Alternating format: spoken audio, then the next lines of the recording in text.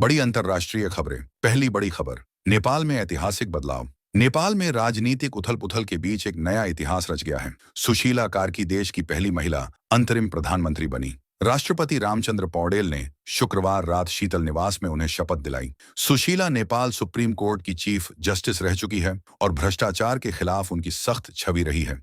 भारत नेपाल संबंधों पर सुशीला ने कहा कि दोनों देशों के रिश्ते बेहद गहरे हैं। मतभेद हो सकते हैं, लेकिन भारत और नेपाल का रिश्ता अटूट है। दूसरी खबर, हिंद महासागर में भारत की बड़ी तैयारी। चीन के बढ़ते दबदबे के बीच भारत ने समुद्री सुरक्षा मजबूत करने की दिशा में एक बड़ा कदम उठाया है। हरियाणा के गुरुग्राम की अरावली पहाड़ियों के बीच प्रदेश का पहला नेवी बेस शुरू हुआ, जिसका नाम INS अरावली रखा गया। नौसेना प्रमुख एडमिरल दिनेश त्रिपाठी ने इसे औपचारिक रूप से नेवी को समर्पित किया। INS अरावली से हिंद महासागर में दुश्मन देशों की हर गतिविधि की रियल टाइम मॉनिटरिंग होगी।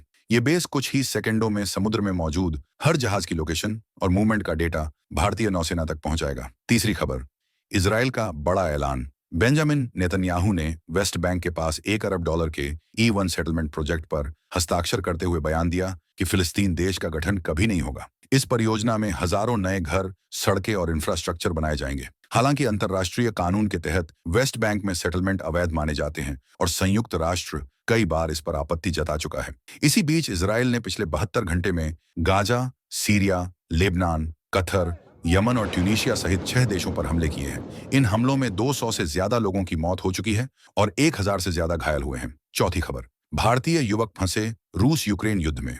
आरोप है कि रूस की सेना भारतीय, नेपाली, पाकिस्तानी और श्रीलंकाई युवाओं को लालच देकर सेना में भर्ती कर रही है। हरियाणा के अंकित जांगड़ा और विजय पुनिया, जो पढ़ाई और नौकरी के लिए रूस गए थे, अब युद्ध क्षेत्र के पास सेना में भर्ती होकर फंसे हुए हैं। पंजाब, जम्मू, राजस्थान, उत्तराखंड और यूपी के भी कई युवा इस नेटवर्क के शिकार हो चुके हैं। भारत लगातार रूसी विदेश मंत्रालय से युवकों की भारत वापसी के लिए बातचीत कर रहा है। पांचवी खबर, ब्राजील के पूर्व राष्ट्रपति को जेल। ब्राजील में पूर्व राष्ट्रपति जायर बोल्सोनारो को सुप्रीम कोर्ट ने 27 साल की जेल की सजा सुनाई है। उन पर 2022 में चुनाव हारने के बाद सत्ता में बने रहने के लिए तख्तापलट की साजिश रचने का आरोप था। कोर्ट ने उन्हें लोकतंत्र को उखाड़ फेंकने, आपराधिक संगठन का हिस्सा बनने और सरकारी संपत्ति को नुकसान पहुंचाने का दोषी पाया। वहीं ट्रंप और अमेरिकी विदेश मंत्री ने इसे राजनीतिक उत्पीड़न कहा और चेतावनी दी कि अमेरिका इसका जवाब देगा। तो ये थी आज तक की दुनिया की बड़ी खबरें। हमसे जुड़े रहने के लिए चैनल को सब्सक्राइब करें। धन्यवाद।